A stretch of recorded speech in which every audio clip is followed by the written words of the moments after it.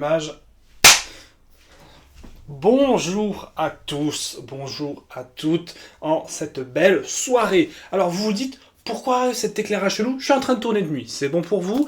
Parce que je n'en pouvais plus d'attendre de vous parler du film de l'année. Il n'y a même pas de doute possible sur la question. On va évidemment parler de Deadpool et Wolverine, réalisé par Shawn Levy. Alors, on se retrouve juste après le petit générique de Mehdi et on en parle, hein? Elle a kiffé la mélo, là j'suis dans le thème, j'suis dans ça. Elle a kiffé la mélo, là j'suis dans le thème, j'suis dans ça. Elle a kiffé la mélo, là j'suis dans le thème, j'suis dans ça. Elle a kiffé la mélo, là j'suis dans le thème, j'suis dans ça. Elle a kiffé la mélo, j'suis dans ça. Elle a kiffé la mélo, j'suis dans ça. Elle a kiffé la mélo, j'suis dans ça.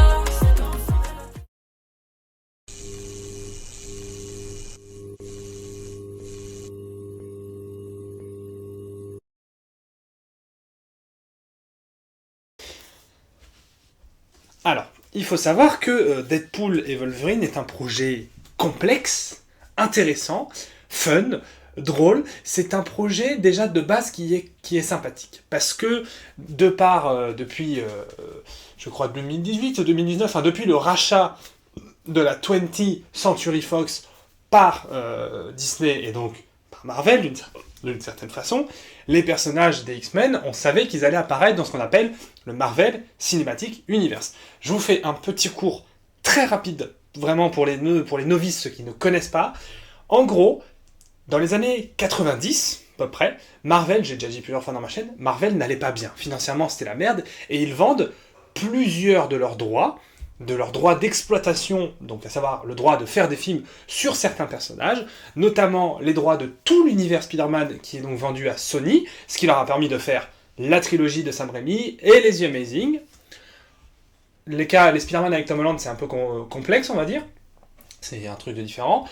Les droits des 4 Fantastiques et des X-Men ont été vendus à la Fox, qui a permis de faire les 4 Fantastiques, de Team Story, et aussi les films X-Men, X-Men 2, Days of Future Past, Le Commencement, etc., etc., etc.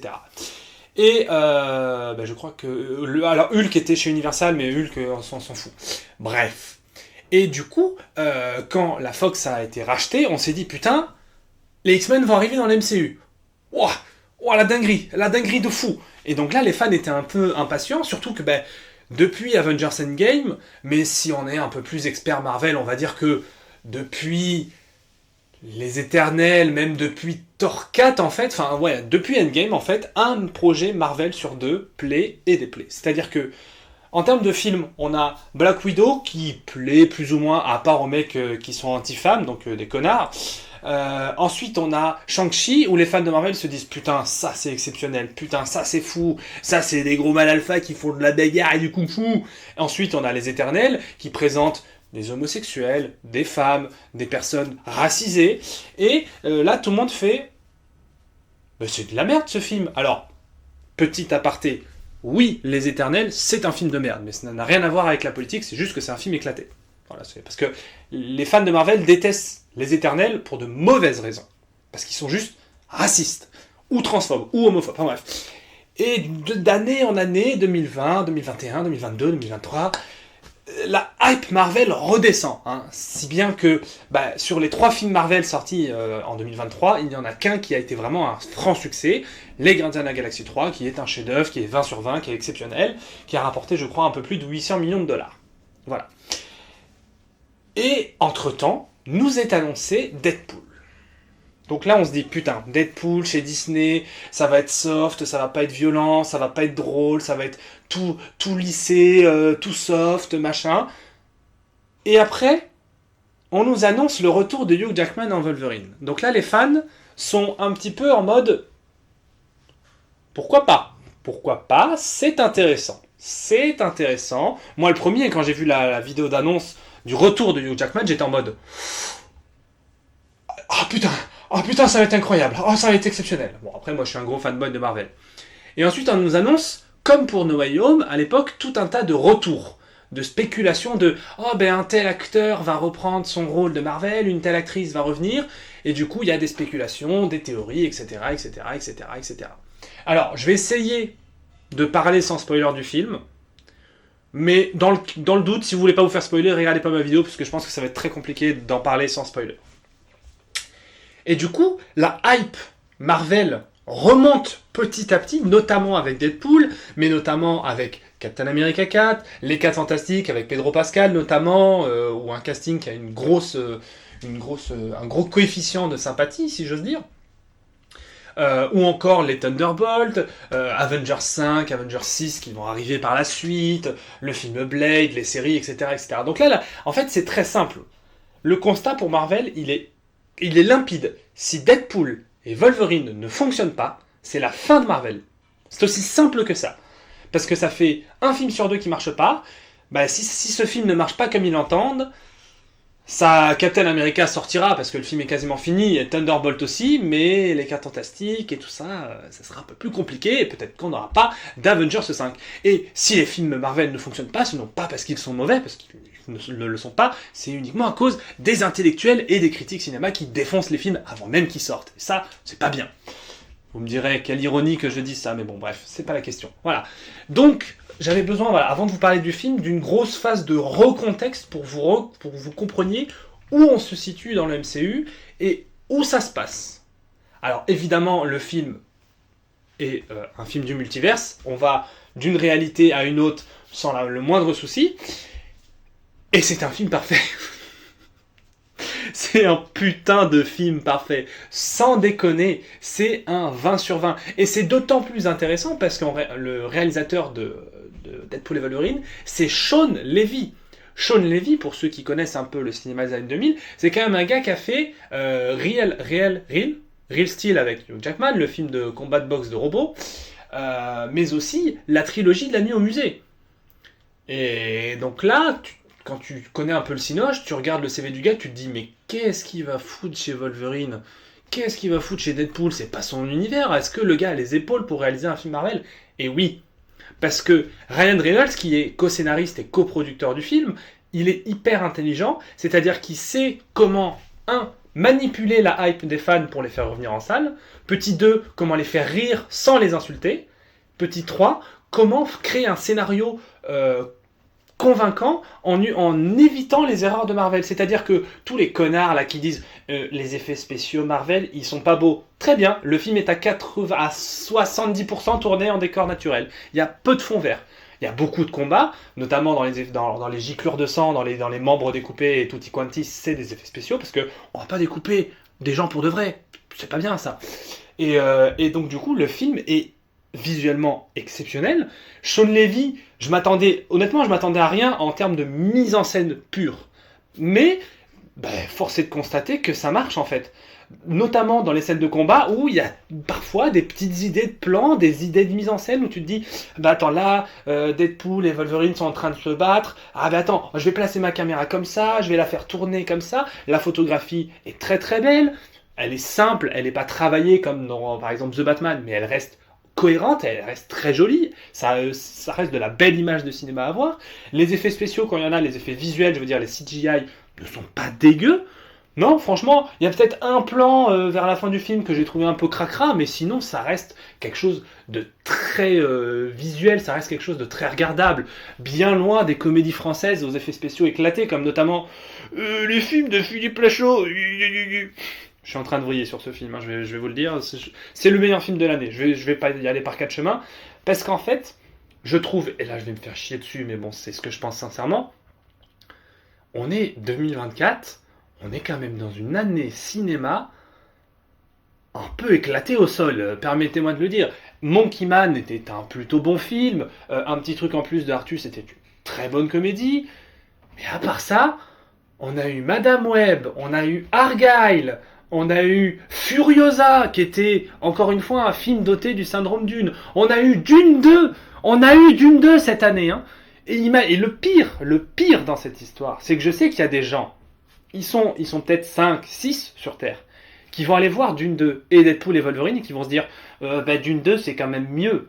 Alors que vraiment, Deadpool et Wolverine, et d'ailleurs ce sera le titre de la vidéo je pense, c'est vraiment l'anti-Dune par excellence.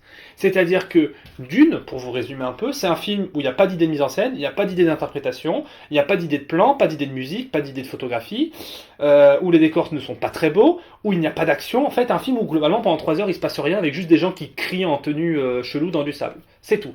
Là, il y a des gens qui crient en tenue chelou dans du sable. Sauf qu'il y a tout le temps une idée, il n'y a jamais une seconde dans Deadpool et Wolverine où il ne se passe rien. Le film a, et je trouve que c'est une excellente idée, il dure, générique compris, il doit durer 2h10, 2h15 avec le générique. Donc on va dire 2h05 de film globalement.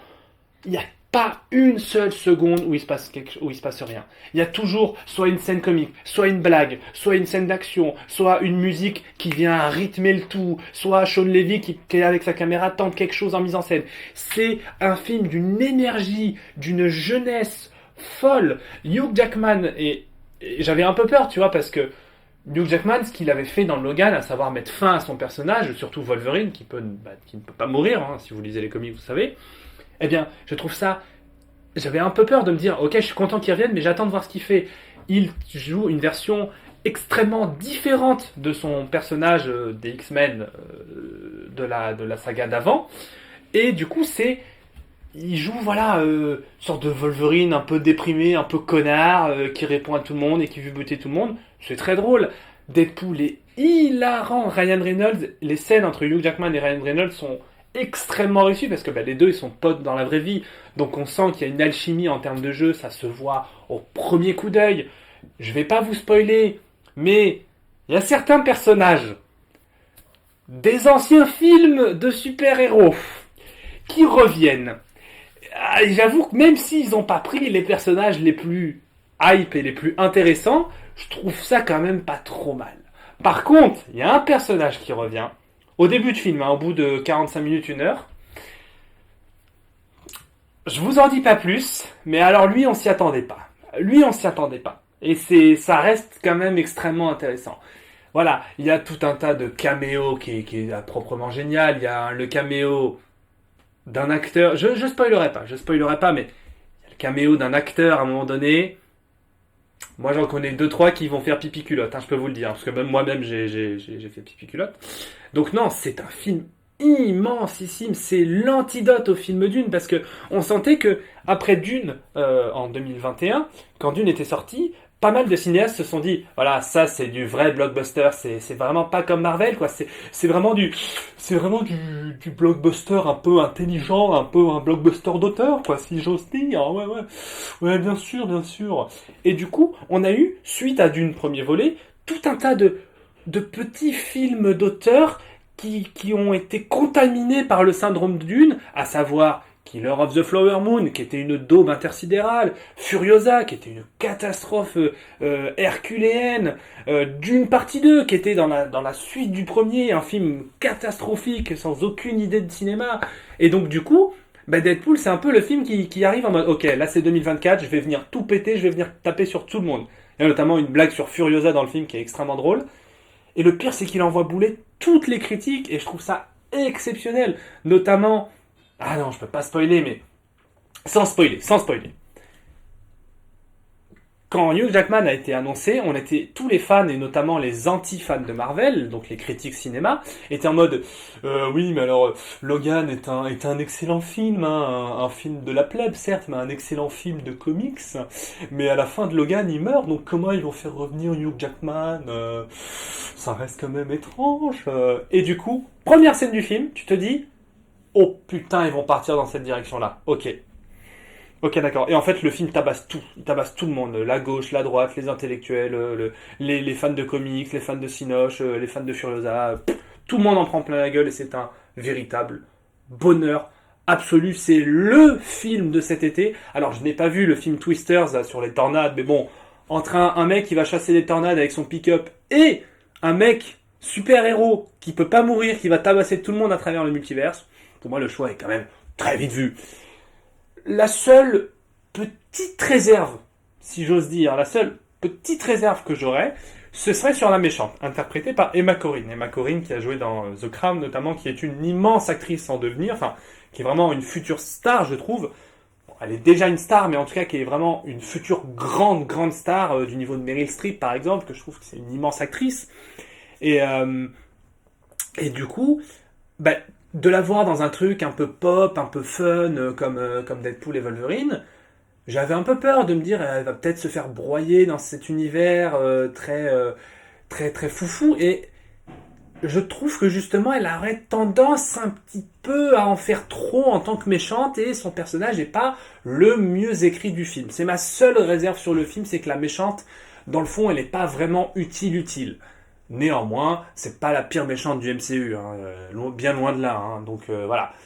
Bref, c'était ma critique de Deadpool et Wolverine. J'espère que vous avez apprécié. On en est à 127, 128 abonnés. Je sais pas, je regarde plus ça. Parce que pour moi, ma chaîne YouTube, c'est juste une petite passion comme ça, quoi.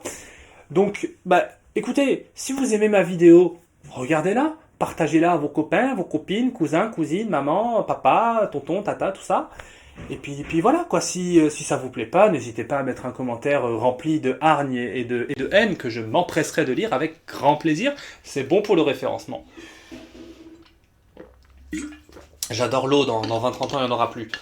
Bref, vive Marvel, vive ma vie, vive la vie, vive l'amour, vive le fion, vive les femmes, vive les hommes, vive tout le monde. C'était Deadpool et Wolverine, c'était génial, c'est le film de l'année. Peace.